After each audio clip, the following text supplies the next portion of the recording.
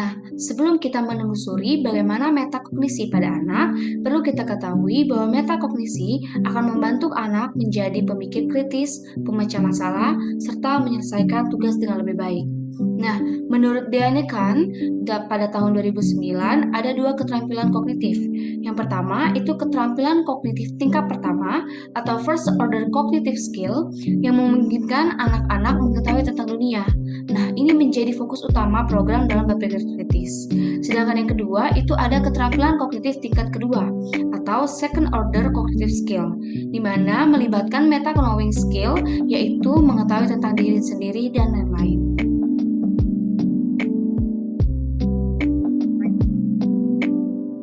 Oke, jadi sebelumnya kita udah melihat penjelasan dari pengantar materi metakognisi. Nah, kemudian kita lanjut ke submateri yang berikutnya. Di sini termasuk dari subbagian materi developmental change atau perubahan dari perkembangan. Nah, untuk materi yang pertama itu ada terkait dari metamemori. Mungkin sebelum kita masuk ke penjelasan lebih lanjut lagi tentang metamemori, sebenarnya apa sih itu metamemori? Jadi metamemori itu dia adalah sebuah pengetahuan, kemudian bisa juga kesadaran, bisa juga sebuah ingatan yang dimiliki oleh seseorang, dan dalam hal ini konteksnya itu adalah anak-anak atau mungkin siswa-siswa di sekolah gitu, terhadap informasi yang ada di sekitar mereka. Nah, lalu bagaimana sih keadaan dari metamemori pada anak-anak di usia sekolah? Yang pertama, pada usia 5 atau 6 tahun, anak itu biasanya mengetahui, dia punya keyakinan atau dia itu kayak ngerasa bahwa hal yang familiar atau hal-hal yang umum gitu lebih mudah untuk dipelajari daripada hal yang tidak familiar atau hal yang terlihat kayak jarang untuk mereka temui gitu. Nah, selain itu mereka juga ngerasa kalau sesuatu yang terlihat lebih singkat, kemudian yang terlihat pendek itu lebih mudah untuk mereka ingat daripada yang sifatnya itu kayak panjang, terus kayak kompleks gitu. Dan mereka juga merasa bahwa mengenali sesuatu itu lebih mudah daripada mengingat. Jadi di sini mereka tuh ngerasa bahwa misalkan kayak ada hal-hal baru gitu ya yang mereka temui. Nah, itu tuh lebih mudah untuk mereka ingat, terus mereka letakkan dalam memori mereka daripada mereka tuh harus kayak nge-recall gitu. Sesuatu yang udah mereka pernah ketahui, terus kayak mereka harus coba untuk ingat lagi tuh, mereka ngerasa itu lebih susah. Nah, dari pernyataan ini tuh bisa disimpulin bahwa keadaan dari metamemori anak-anak yang usia 5-6 tahun, sebenarnya mereka tuh dalam keadaan di mana mereka tuh kayak merasa atau mereka tuh yakin bahwa sesuatu yang sebenarnya itu terlihat lebih simple, yang lebih sederhana, itu lebih mudah untuk diingat sama mereka daripada yang mereka anggap itu tuh kompleks, sesuatu yang mereka anggap sulit gitu. Nah, kemudian di sini juga ada pernyataan bahwa anak dari usia prasekolah itu punya pendapat atau punya keyakinan yang sifatnya adalah berlebihan terkait dari kemampuan memori mereka. Nah, contohnya maksudnya tuh di sini misalnya di sini mereka tuh dapat tugas nih dari guru mereka, di mana mereka harus mengingat misalkan 20 dari nama hewan. Nah, mereka itu punya keyakinan, punya pendapat bahwa mereka itu bisa mengingat nama-nama hewan sebanyak 20 ini. Nah, tapi pada kenyataannya sebenarnya mereka tuh nggak ada dari mereka yang bisa mengingat semua dari 20 nama hewan ini. Nah, itulah kenapa mereka tuh kayak punya pendapat yang berlebihan terkait kemampuan mereka. Nah, kemudian anak dari prasekolah juga punya penghargaan yang sedikit terkait dari pentingnya petunjuk dari memori. Jadi, kalau misalkan di sini kita mau mengingat sesuatu, kita mau nge-recall sesuatu, kemudian kita tuh butuh kayak pemicu atau petunjuk yang bisa nge-trigger ingatan kita. Nah, untuk anak-anak yang usia prasekolah, mereka tuh kayak masih menganggap remeh terhadap hal itu. Mereka kayak ngerasa bahwa adanya isyarat-isyarat atau mungkin kayak adanya trigger-trigger, adanya pemicu yang bisa nge-trigger ingatan kita tuh, sebenarnya tuh kayak mereka ngerasa bahwa itu nggak akan berfungsi. Nah, mungkin ini juga berkaitan dengan pendapat mereka yang berlebihan tadi terkait dari kemampuan memori mereka. Oke, untuk materi selanjutnya mungkin bisa dilanjutkan sama teman saya. Theory of Mind. Theory of Mind ini mengacu pada kesadaran akan sebuah proses mental seseorang dan proses mental orang lain. Di Theory of Mind ini, ia memandang anak sebagai seorang pemikir yang mencoba untuk menjelaskan, memprediksi, memahami pikiran orang, perasaan maupun ucapannya. Anak yang autis terkadang mengalami kesulitan dalam mengembangkan Theory of Mind ini, terutama dalam hal memahami keyakinan dan emosi orang lain, menurut Hall 2009. Hal ini terkadang juga disebut dengan mind blindness menurut Juerik 2006.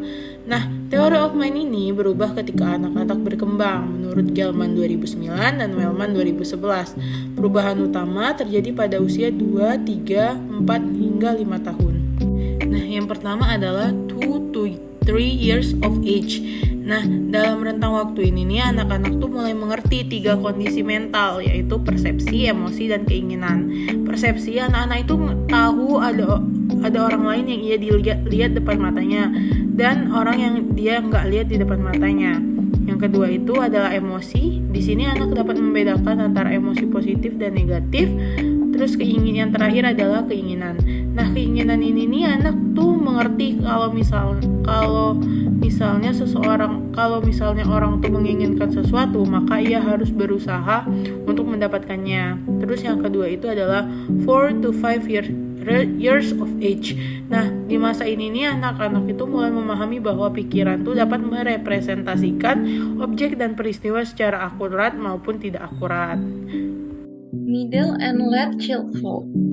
Hanya setelah masa kanak-kanak awal, anak-anak memiliki apresiasi yang mendalam terhadap pikiran itu sendiri, daripada hanya pemahaman tentang keadaan mental.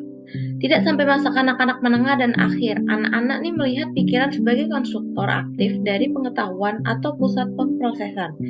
Di tengah dan akhir masa anak-anak, ini berpindah dari pemahaman bahwa keyakinan bisa salah menjadi pemahaman tentang keyakinan dan pikiran sebagai interpretif. Kemudian ada adolescent atau remaja. Perubahan penting dalam metakognisi juga terjadi selama masa remaja. Dibandingkan dengan anak-anak, remaja memiliki peningkatan kapasitas untuk memantau dan mengelola sumber daya kognitif untuk memenuhi tuntutan tugas belajar secara efektif. Kemampuan metakognitif yang meningkat ini menghasilkan fungsi dan pembelajaran kognitif yang lebih efektif. Nah, selanjutnya itu ada Good Information Processing Model. Jadi, ini adalah cara atau suatu model untuk pengolahan informasi yang baik bagi anak-anak.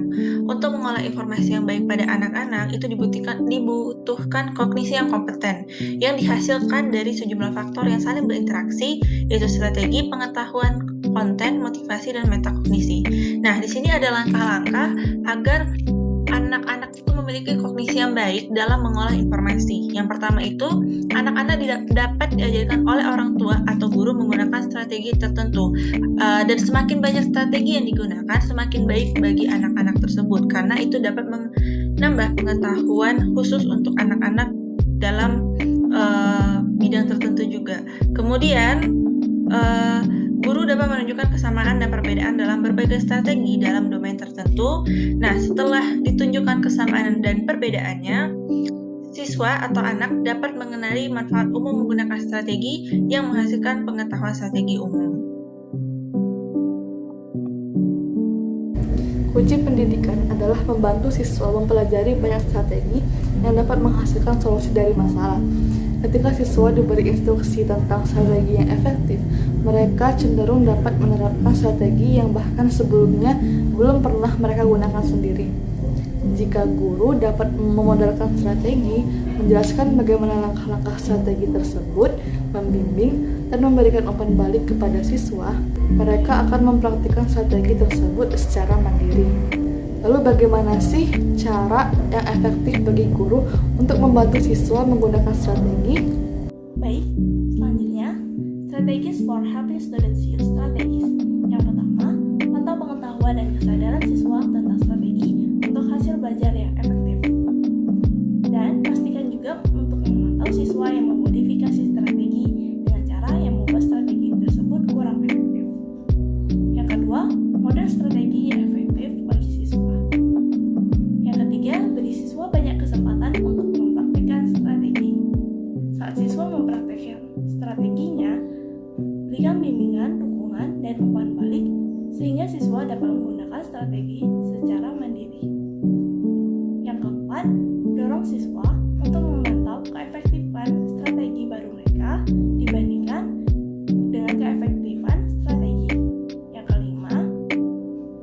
adalah bahwa siswa membutuhkan banyak waktu. Siswa membutuhkan banyak waktu untuk belajar bagaimana menggunakan strategi yang efektif.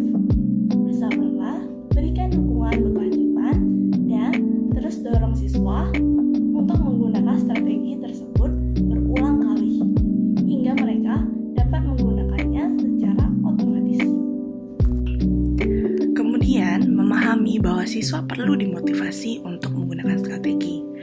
Lalu, dorong anak untuk menggunakan beberapa strategi. Sebagian besar anak mendapat manfaat dari bereksperimen dengan berbagai strategi, mencari tahu apa yang bekerja dengan baik, kapan, dan di mana. Kemudian, ajukan pertanyaan yang membantu memadu pemikiran siswa di berbagai bidang konten. Lalu yang terakhir, ketahuilah bahwa siswa berprestasi rendah dan siswa penyandang disabilitas seringkali membutuhkan lebih banyak dukungan dan waktu untuk menjadi lebih efektif dalam menggunakan strategi secara mandiri. Mempelajari cara menggunakan strategi yang efektif itu membutuhkan waktu, bimbingan, dan dukungan dari guru. Dengan adanya praktik dan latihan, siswa belajar untuk mengeksekusi strategi yang lebih cepat dan lebih kompeten. Nah, praktik di sini berarti bahwa siswa itu menggunakan strategi efektif secara berulang kali sampai mereka melakukannya secara otomatis. Untuk menjalankan strategi yang secara efektif, mereka perlu memiliki strategi dalam ingatan jangka panjang dan latihan secara ekstensif. Tidak hanya satu, anak juga dapat menggunakan lebih dari satu strategi dalam memori untuk pemecahan masalah. Nah, anak akan mendapat manfaat yang lebih besar dari menghasilkan berbagai strategi alternatif dan bereksperimen dengan berbagai pendekatan terhadap suatu masalah. Nah, banyaknya strategi yang digunakan anak tergantung pada pengetahuan sebelumnya yang diketahui oleh anak.